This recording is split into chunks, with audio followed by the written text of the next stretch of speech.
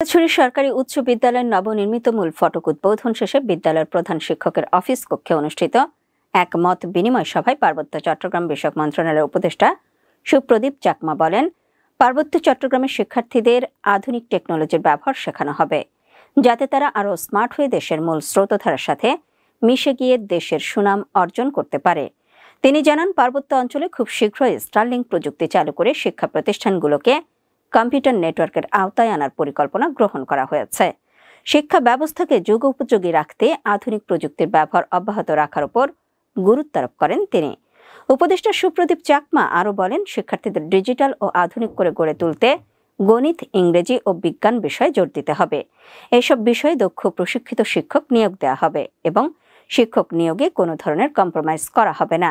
এই উদ্যোগ পার্বত্য অঞ্চলের শিক্ষার্থীদের জন্য একটি নতুন দিগন্ত উন্মোচন করবে বলে আশা করা হচ্ছে।